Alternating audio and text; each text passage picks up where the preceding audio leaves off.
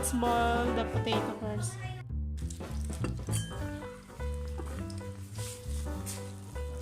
Guys, ngayong araw magluluto tayo ng potato chicken cheese balls. So ayan, meron tayo ditong chicken breast, na-boiled na natin ito. Potato, na-boiled na din. Babalatan na lang natin siya at imamash natin. Meron tayong breadcrumbs, egg, cheese, black pepper, cornstarch, salt. So start na natin i-prepare. So balatan lang natin ang ating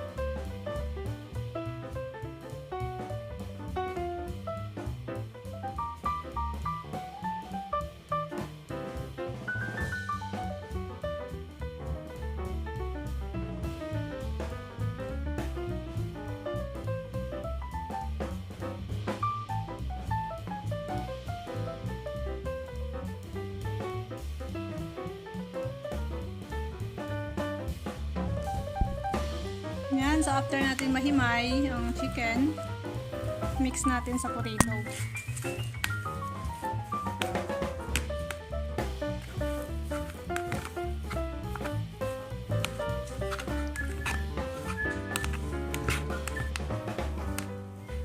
Okay, so lagyan na din natin siya ng flavor ng ating salt. Depende sa inyo, kung gusto nyo medyo sweet, pwede nyo lagyan ng sugar, black pepper,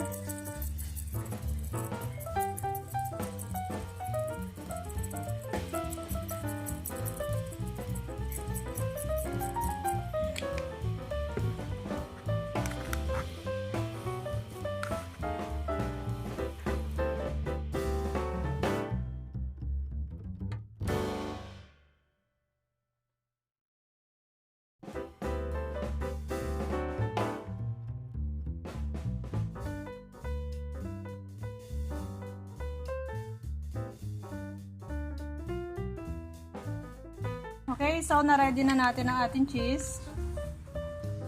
Yan. Ito ang ating egg. Binatin na rin natin. Ating cornstarch at ating breadcrumbs. So, umpisahan na natin. I-mold ang potato.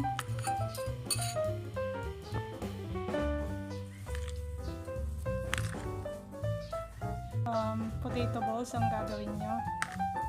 Make sure na malinis ang inyong kamay. Siyempre. Lagyan natin ng cheese sa gitna.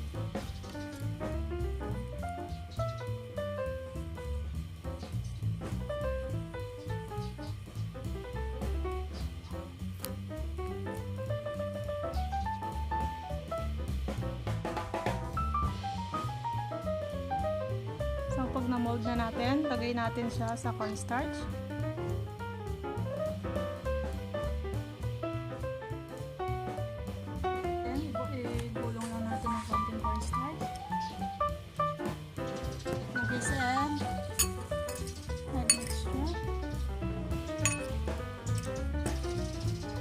At sa breadcrumbs.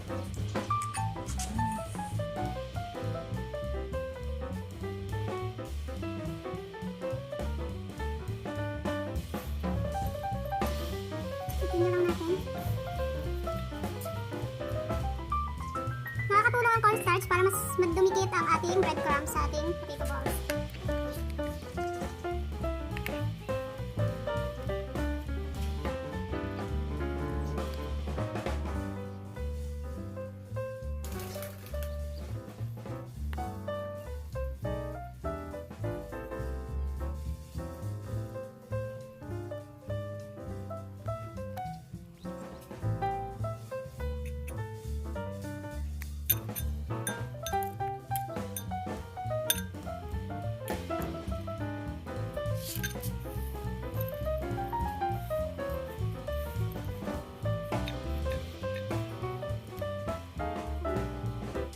So ayan guys, ready na ang ating chicken potato cheese ball. Ipa-fry na natin siya.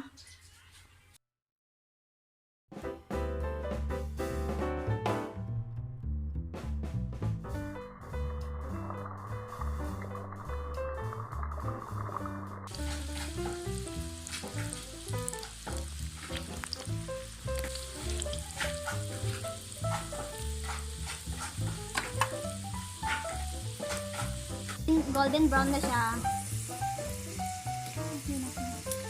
Panguin lang natin.